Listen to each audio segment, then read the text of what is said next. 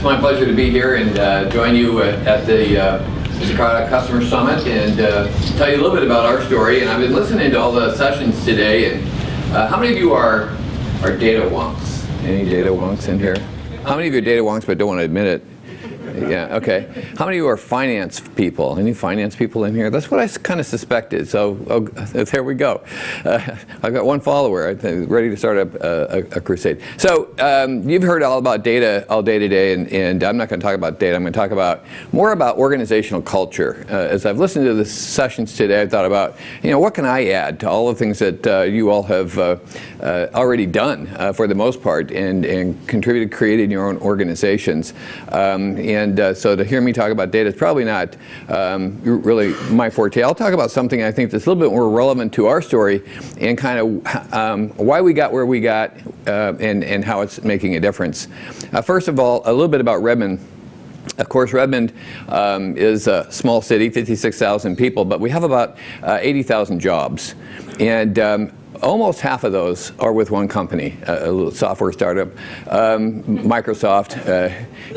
That's the inside joke back home. But we also are the headquarters location for Nintendo USA, and Sony has just opened a small shop. So we have a big gaming presence, a lot of entrepreneurial gaming, and in fact, Digipin University has its U.S. presence in Redmond.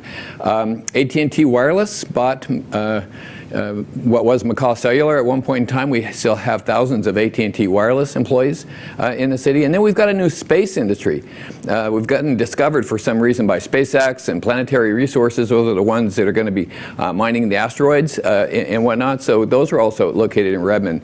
We're a very technology focused sort of community. And 650 full-time employees and very centralized IT and finance function, which I supervise, and I enjoy doing that a great deal. I always say, there's not many better sandboxes to play in than the one that I get to enjoy. Somebody was talking earlier about what ERP system they have, and you might guess which one we have. Microsoft's Dynamics AX, the new public sector vertical we helped them develop. So a lot of fun things going on there, but it wasn't always that way. Strong mayor forum. The mayor is the CEO. Our mayor's running for re-election. The election's next week. We're hoping he gets his third term, so he's been there 8 years.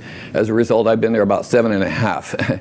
And we inherited a community that was technology averse. Not just risk averse like every government, but technology averse. Microsoft was kind of seen as the evil empire. They were changing our quiet little town, and how could this happen and whatnot. And Mayor Marcioni had a different vision for Redmond, since Microsoft had now been there for quite some time and wasn't going anywhere. And oh, by the way, they might have some good things to offer as well. So we really embraced this technology community that he is the mayor of, and now I get to enjoy as a finance and IT director. So we've really made a shift from being, again, very risk averse, risk in its various forms, including technology.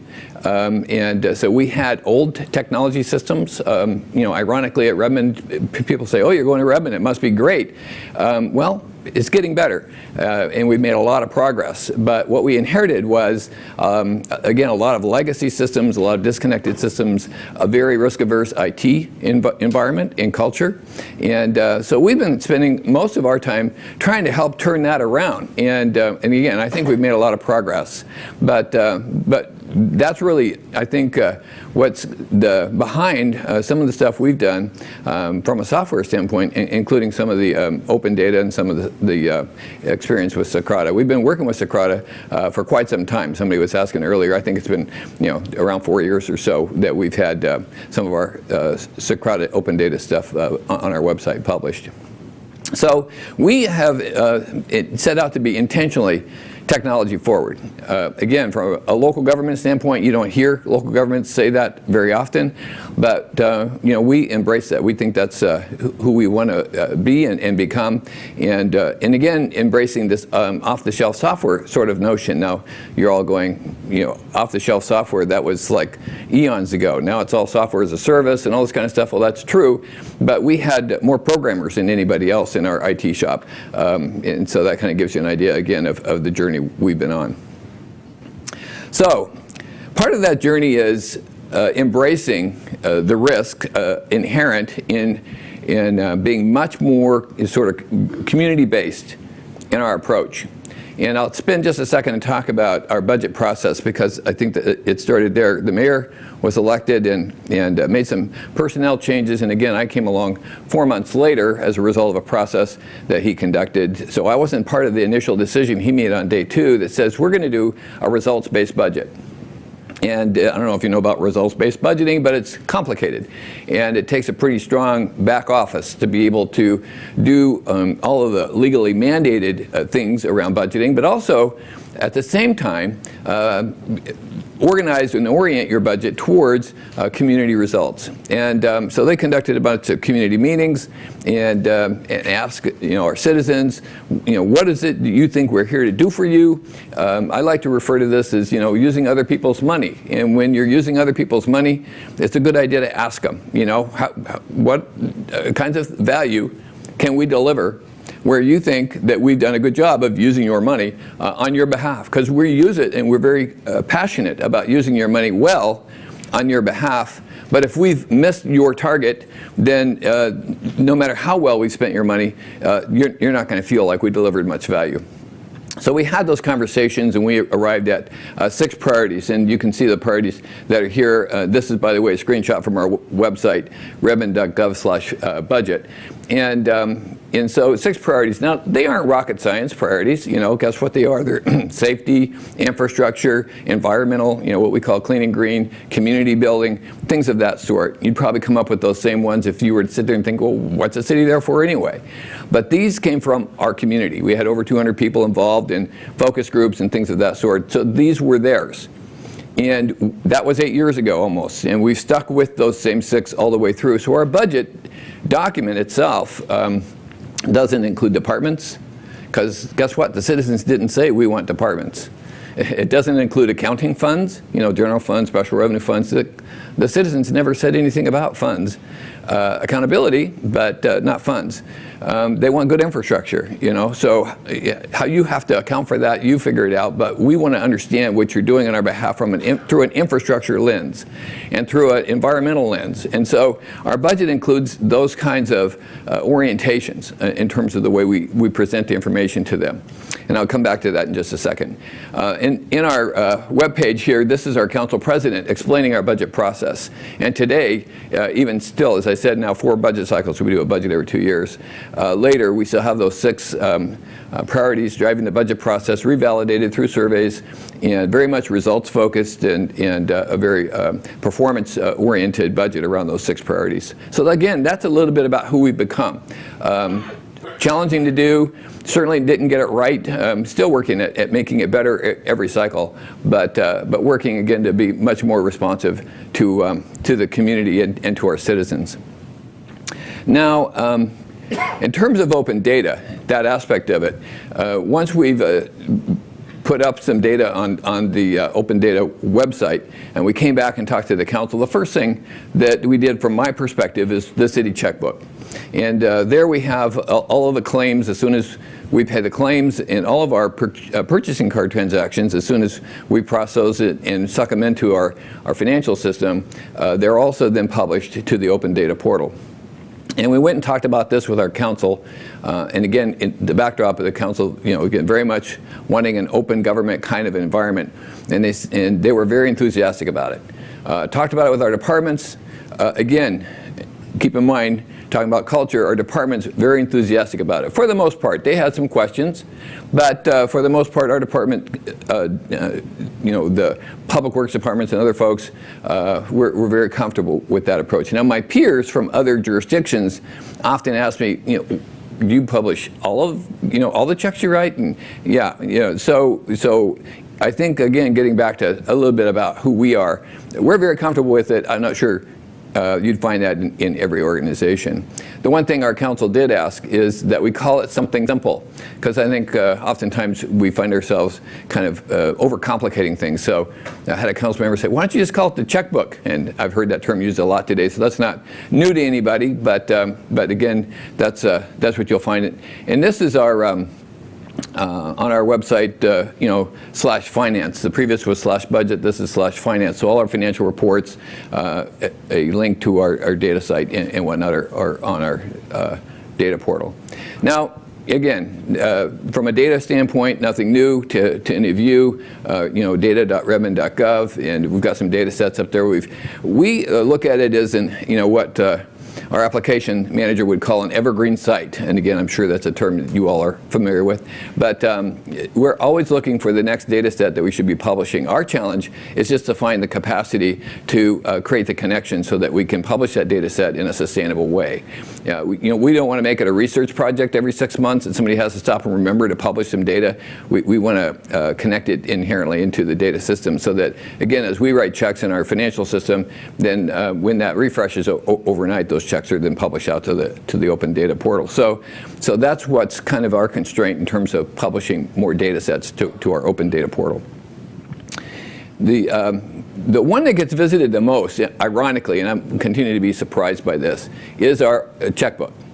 And thousands of visits in the first little while, and it's just data, right? And with the tools, you can go in and do things with the data, add filters and add visualizations and whatnot. Pretty easy to do. We find people doing that quite a bit. There's a lot of visits, there's a lot of use of the data, and there's a lot of use of the tools. The one thing I forgot to mention is originally our motivation was to be able to publish as much data as possible so that we could redirect freedom of information requests, or whatever you call them, public record requests, to the website. And get people used to just going directly to the data. Vendors want us to tell them who we're writing checks to so they can turn around and repackage that for marketing purposes. And we were spending a lot of time doing that. So the checkbook addressed that need very directly. But again, from my perspective, it addressed the accountability need as well. But now we're just sending people directly there. And that's part of how we're thinking about which other data sets to publish. People will ask me, well, how much have you spent with Socrata? And I'll say, go look on the open data site, that's what it's there for. And, oh yeah, I guess I could do that, couldn't I? So yes, you can. So the second thing from a financial perspective that we've done is publish our budget. Now, part of the reason I told you our budget story is because our budget is not like most budgets. Now, there are, maybe a dozen, 2 dozen other governments that have a results-oriented budget across the country, but not many. And so budgets are typically either by organizational structure, by department, or by fund, accounting structure, or sometimes, the more sophisticated ones, it might be by program or something of that sort. But we presented a bit of a challenge when we said, no, our budget doesn't work that way, it's by results. And so understanding that, somebody from our community can go to our open budget site and can see the 6 priority areas presented to them as a way to drill into the budget. And now when you get granular enough, then that becomes a more traditional line item type budget, because we do have to do a line item type budget for all the accountability reasons. But you go, I think it's 2 or maybe 3 layers down before you begin to transition away from a results-oriented approach and into the more traditional line item type approach. So we initially worked to get our open budget portal up soon enough so that the mayor could use the portal to present the budget to the council and the community. We didn't quite make it, and again, that's because we had this extra challenge in there in trying to sort out how to make this transition into a results-oriented approach. And the other challenge we had, and again, only one fellow finance person, so maybe you won't appreciate this, the largest account we have is internal transfers between funds, because in government we insist on counting everything at least twice, right? As we're passing it from the general fund to the street fund, or from the utility fund up to the billing fund or whatever. And so when we just grabbed the data and threw it on the site, by far the largest bar in the chart was these internal transfers and cash balances. And I thought, well, that's not going to be very user friendly to our customers, which are in this case our community and our citizens. So that took some work as well. So we didn't quite make that October date with being able to use this site for the mayor's presentation, and therefore I kind of played it down a little bit, low key. And pretty soon somebody discovered it, and somebody told somebody else, and went out. And the next thing I know, I'm in trouble with the council because I didn't come and show them this great new tool. They've really embraced it. They love it a lot. And only source of irritation is that I'm not the one that came and talked to them and showed it to them at a council meeting, so that they could be the experts. Of course, the problem is you want your council member to be the expert when their neighbor asks them a question. You don't want them to say, "Oh, really? We're doing that now?" That's a bad thing. So, word to the wise here. So again, here's an example. Here's some of the priorities as you drill into the operating budget. It's a 2-year budget, remember. So our town of 55,000 doesn't have a $470 million annual operating budget. It's 2 years. So it's only 235. And here we are, safety, infrastructure, and whatnot. So again, those are our priority areas. Right away, you get a visualization. Well, how much are you spending, respectively, on each of these areas? And that's your typical pie chart. But these are live. I mean, you can drill into this, and you can change, of course, the approach and whatnot. This is when we still had transfers and balances and you can see how significant that is. Again, just a visualization of some of the checkbook data, and nothing that you're not already familiar with. So as I said, the financial data has gotten the most hits. Again, we direct vendors to that who keep pestering us with wanting to know, this stuff. And of course, in the past, that would have been a research project. Now we just say, data.ribbon.gov, and remember that for the next time you think you want to ask. So I'm pleased but surprised that it's been played with the most. And again, but I think the budget data has provided the most intrigue, because again, as we talk about our approach with the budget and how it's different, and we talk about that at different venues across the country, people want to know more about that, and that's resulted, I think, in some people visiting and to understand it from that perspective a little bit better as well. The geospatial part of the capital spend, big deal. Again, with our customers, because they can see, we've adopted a budget, but that budget doesn't mean much to them. But if they can go on the map and see where the project is and what the timing is, and then drill in and understand, kind of what the components of the project are, and things of that nature, they love that a lot. So we've gotten good feedback on that. And then the other thing I would say about that is the visualization there also makes it clear to the council as they allocate dollars to projects across the community, how does that look? Or are the dollars kind of getting spread out a little bit? They've been criticized for spending too much money in the downtown. Is that true? When you actually could see the spend, it's right in front of you. So it serves that purpose as well. And we've had great luck with it. So that's a little bit about our story. Again, this is from a local paper when we went live with Microsoft Dynamics. So this was a turning point for us where we no longer were backwards. Little suburb of Seattle, but again, embracing the technology community we could become. And with that, Michael, I'll hand it back to you. Thanks, Mike. Okay, so at Socrata, I'm the product manager who is responsible for our various vertical industry-specific solutions. So in this case, finance. And how many of you guys were here last year? Just a few. Okay. Cool. All right. So at Socrata last year, we talked a lot about this financial transparency suite that we did. And we'd worked with Montgomery County, who was just up the road here, and they had, similar to Mike Bailey here, a bunch of budget and checkbook information that was getting a ton of traffic, but were in kind of a raw data set form. And it was good for academic researchers and people who could really get into the columns and rows, but not really great for kind of the variety of stakeholders that they wanted to hit. And so for those of you who are in our UX session earlier today, we talk a lot about personas, right? Different personas have different levels of needs and capabilities in the way that they access information. And so, we'd worked on launching a product last year that was really focused around this set of people. Now, what we found was that, there was a ton of traffic that was coming from inside the organization.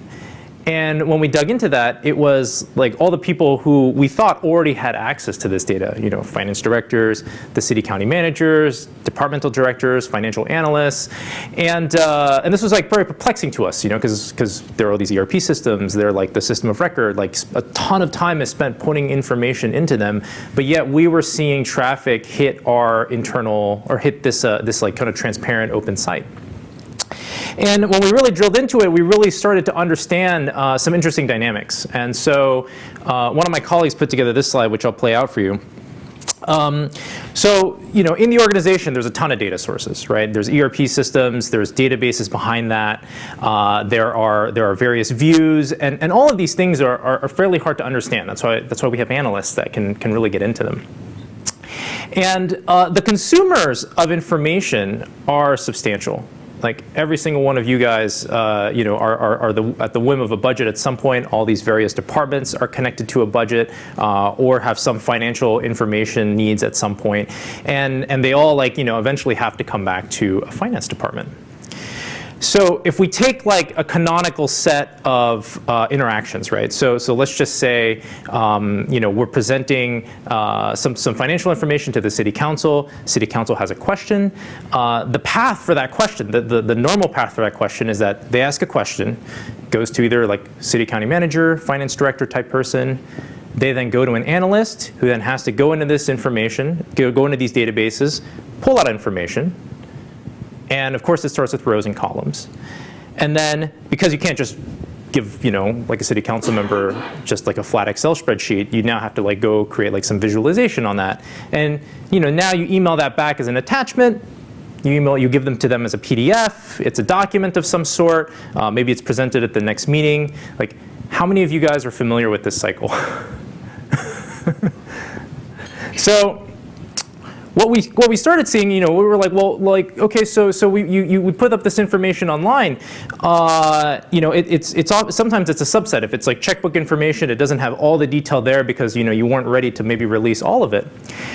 But they were like, look, we get a lot of information requests that are going through, right? And like, we're constantly taking up analyst hours, like just querying SQL, building reports, building spreadsheets, sending email attachments, and it's all one-off, non-reusable stuff.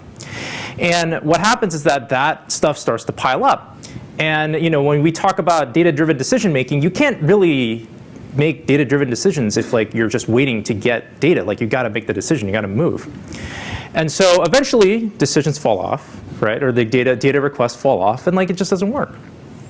So like what Socrata was able to do by like bringing this information online was providing this centralized source. And now, those of you who were here earlier heard Sanford talk about using Socrata internally as like this data warehousing reporting thing, this ability to trade data just within all these various constituents.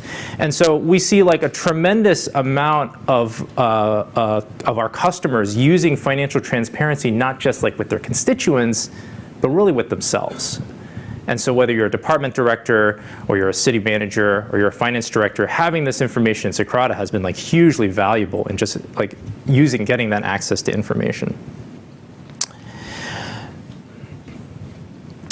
So at Socrata, we have 3 products that are targeted at the finance vertical specifically. We've built them specifically for this audience. And you've heard throughout the day of several people kind of talking a little bit about some of these products, and I'm just going to dive just a little bit into it. So we have Open Budget, which is about taking that like canonical budget document that everyone produces, right? The PDF document that everyone likes to joke about how no one reads, and putting that online. The next one is Open Expenditures, which is really the checkbook and that ledger level information. And the third is about payroll. And for all of these applications, they really focus on 3 things, right?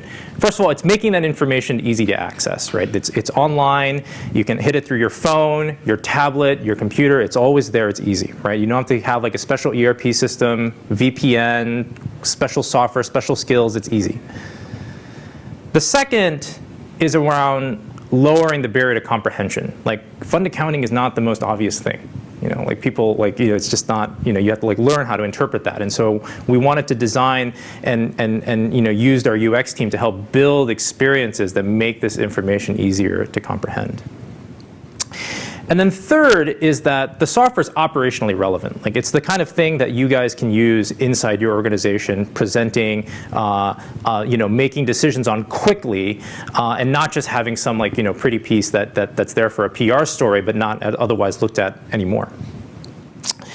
So I know that, it's been mentioned quite a bit, throughout the day, but I'm just going to kind of do a little bit of a demo because I don't know how many of you guys have actually had a chance to see us kind of interact with some of these things. So open budget. So, we've got like dozens of customers that are using this now. I think maybe close to 100 at this point. And this is an example is Los Angeles County site. And they've got a pretty substantial budget. I'm sure it's a budget many of you would love to have. And we've made it really easy to, for anyone, be it a finance director or a city manager, to come in and get information out of the system. And so, whether you want to look at it by fund group, by department, by budget unit, whatever your chart of accounts is, we can bring that information in and visualize that.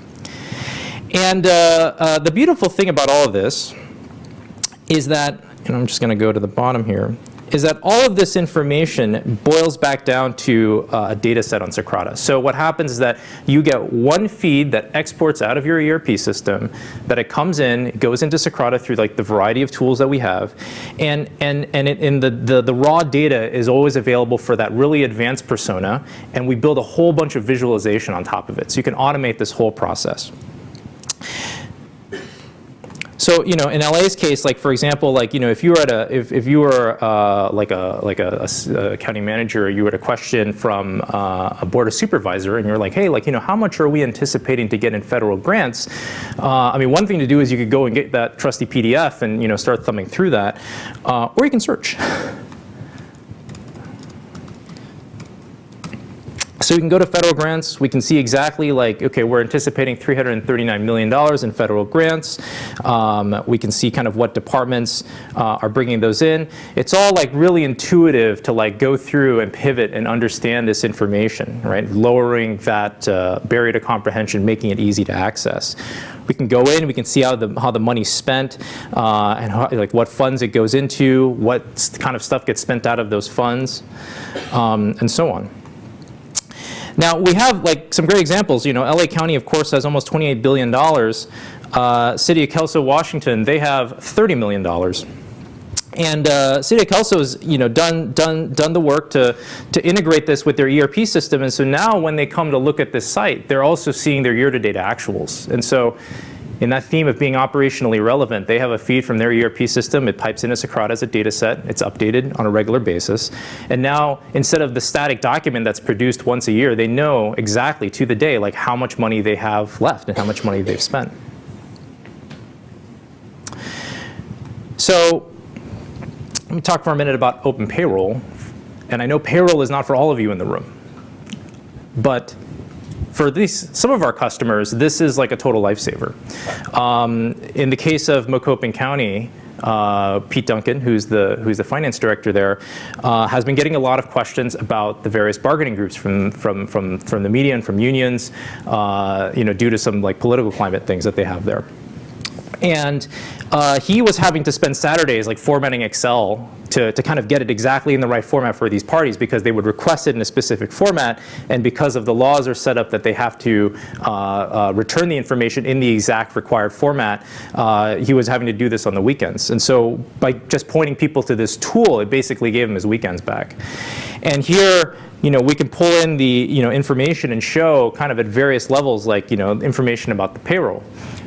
Pete's decided to put up names of the organization. It's totally optional thing. I know that's even more hesitant than having payroll itself in some cases.